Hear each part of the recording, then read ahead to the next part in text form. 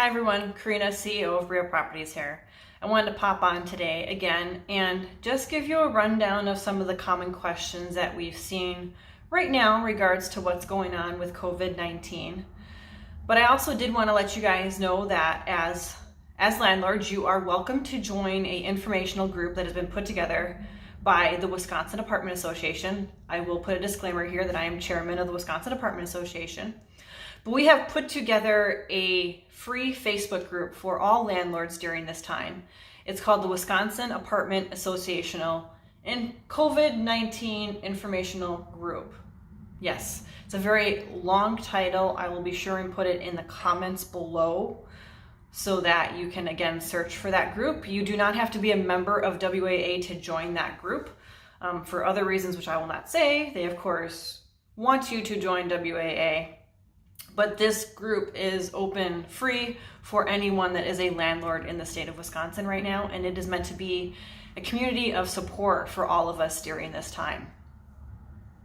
So the first thing I want to talk about is there's a question out there in regards to Fannie Mae, Freddie Mac, Penny Mac, that's all the Macs that I know of, the federally backed mortgages. Now in Wisconsin, we do have Governor Evers' order number 15 issued on 3/27 that says we can't issue evictions or notices from 3/27 until May 27th.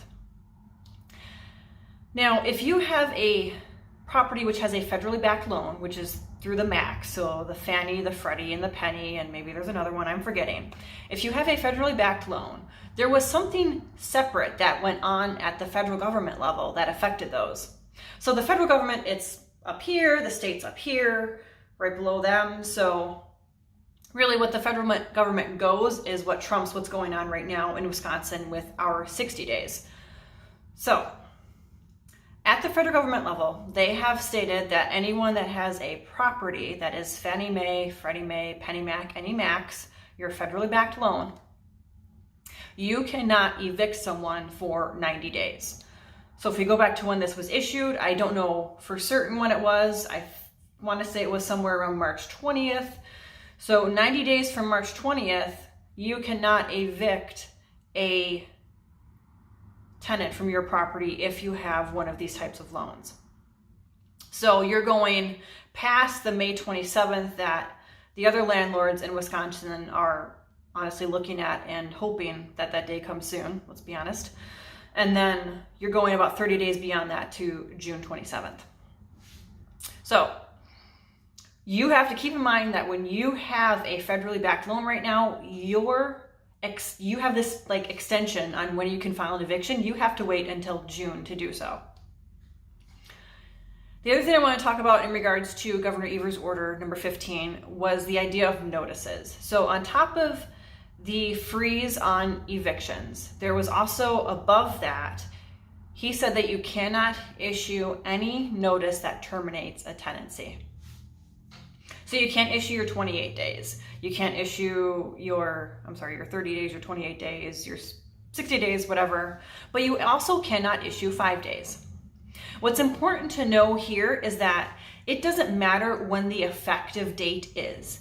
So it doesn't matter if that notice is meant to be effective June 30th. If you are giving it out between March 27th and May 27th, you are in violation of the executive order because you cannot issue them during that time. It's about the issuance and not about the effective date. Now, in regards to 5 days, again, we cannot issue those because a 5-day says that you have X amount of days, 5 days, to pay rent or your tenancy will be terminated by default. So if they don't cure it by giving you that money, their tenancy is being terminated. So that is not something that you can give out at this time. Now you might be thinking, well, I have tenants that are seeking to get assistance at this time.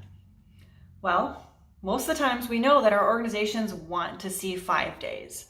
You know, many of your organizations like ECHO, community action programs, to get full access to their wider range of funding, tenants should be able to provide them with a 5-day.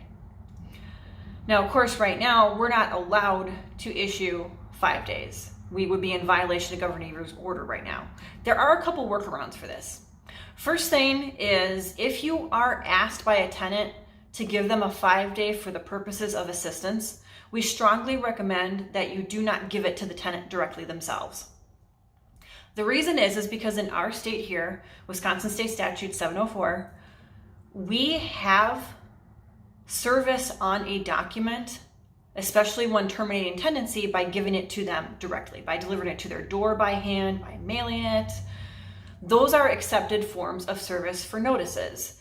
If it's an accepted form of service for a notice, and that's what you do, technically you may have just issued a legally binding notice, and that puts you in violation of Governor Evers' order number 15. So for starters, don't give it directly to the tenant. Email it, e-fax it to the organization that the tenant is trying to get assistance from. The reason you want to do this is, number one, you technically aren't serving the tenant because you haven't given it to them. You're giving it to the organization that is trying to give them money.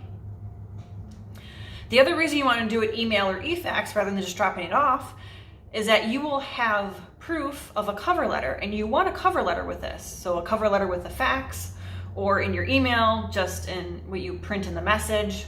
Be sure and clarify in there that this 5-day is not being issued legally binding, which means it's not in violation of Governor Evers' order number 15. The purpose of this 5-day is only to help the tenant secure assistance for rent. So put that in your email, put that in your e-fax.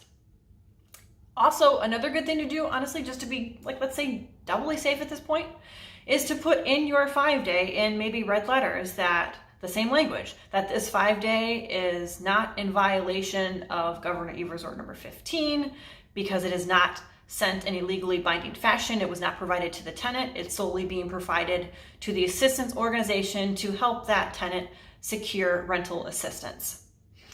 That would be a way that you could work with the tenant to get their assistance without violating Governor Evers' order. Now, organizations are trying to adapt their policies in this state level so that landlords aren't put in that maybe black and white gray-ish area where if you do it wrong, you're technically serving, which means you could be in violation of that order. They want to try and help us at this point and make it easier for our tenants to get the assistance without putting us in that weird area. Then the other thing that I just want to quickly clarify here is that anything you do with late fees, there's nothing in the order that says you can't charge late fees. That's completely up to you whether or not you charge late fees at this time. I recommend that if tenants are approaching you and they're talking to you about their financial hardships right now, that you waive late fees in light of what's going on. Regardless if your normal stance for a payment plan is that late fees still apply, during this extraordinary circumstance, it would be a good idea for you to waive those late fees. It would just be for the duration of the payment plan. It would just be because they approached you during this extraordinary situation. Certainly don't waive them across the board. It should be something that's given to people who are upfront, honest, and working with you. And of course, there can be contingencies on it. You can say, if you default on this payment plan, the late fees are no longer waived. They will be applied in accordance to whenever you defaulted on the payment plan. But there's nothing in Governor Evers' order that says you can't charge late fees right now. But we do strongly suggest that you work with your tenants and those that are coming forward to you, that maybe you do give them a little bit more of a leeway in late fees than you normally would. I hope you guys are staying safe and healthy. And remember that our tenants are not our adversaries right now. They are our allies, and we all need to work on this together collectively. Have a great weekend.